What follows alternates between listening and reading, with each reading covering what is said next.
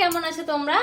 আমরা অনেকেই তেতো জিনিস খাই না, যেমন ধরো উচ্ছে, করলা, নিম পাতা, কালমেঘ, অনেক কিছুই আছে তেতো যেগুলো, সেগুলো আমরা খেতে চাই না। তো সেটা তো আলাদা কথা। আজকে আমি করলারই একটা রেসিপি বানাবো। সবাই হয়তো দেখে, যারা খাও না তারা মুখ বাঁকাচ্ছ। হ্যাঁ, সেটা ঠিকই, আমারও ঠিক অতটা পছন্দ না, তবু খেতে হয়। খাই আমি আমি খাই এই কারণে যে আমার ছেলেদেরকেও এটা বোঝানোর জন্য যে তেতোটা খাওয়া কতটা উপকারী, সে কারণেই।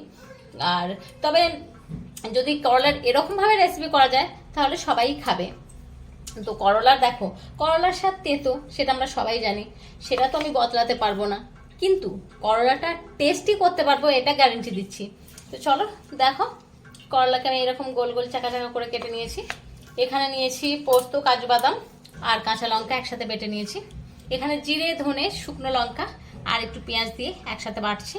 এখানে টমেটো কুচি, পেঁয়াজ কুচি, এখানে রাখছি একটা গোটা তেজপাতা, দু টুকরো করে নিয়েছি, হলুদ গুঁড়ো, গরম মশলার গুঁড়ো আর লবণ আর তেল, জল এটুকু তো লাগবে।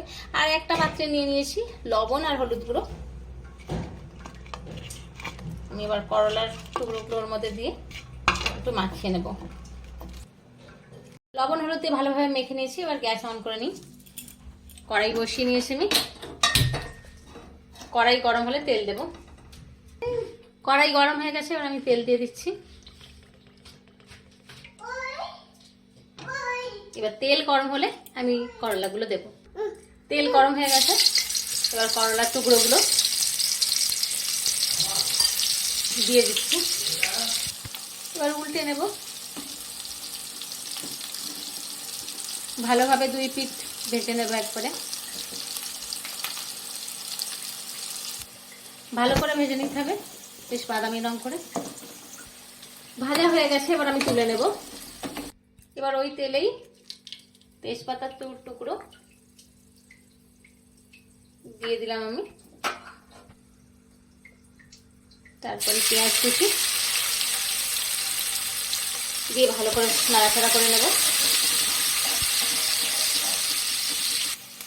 পেঁয়াজ ভালোভাবে ভাজা ভাজা হয়ে গেছে, এবার টমেটো কুচি দিয়ে দিলাম, দিয়ে ভালো করে নাড়াচাড়া করে নেব।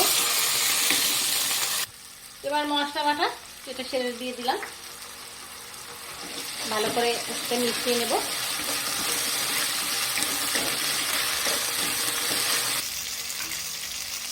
এবার আমি হলুদ গুঁড়ো, লবণ আর গরম মশলার গুঁড়ো দিয়ে দিলাম, দিয়ে ভালো করে মিশিয়ে নেব।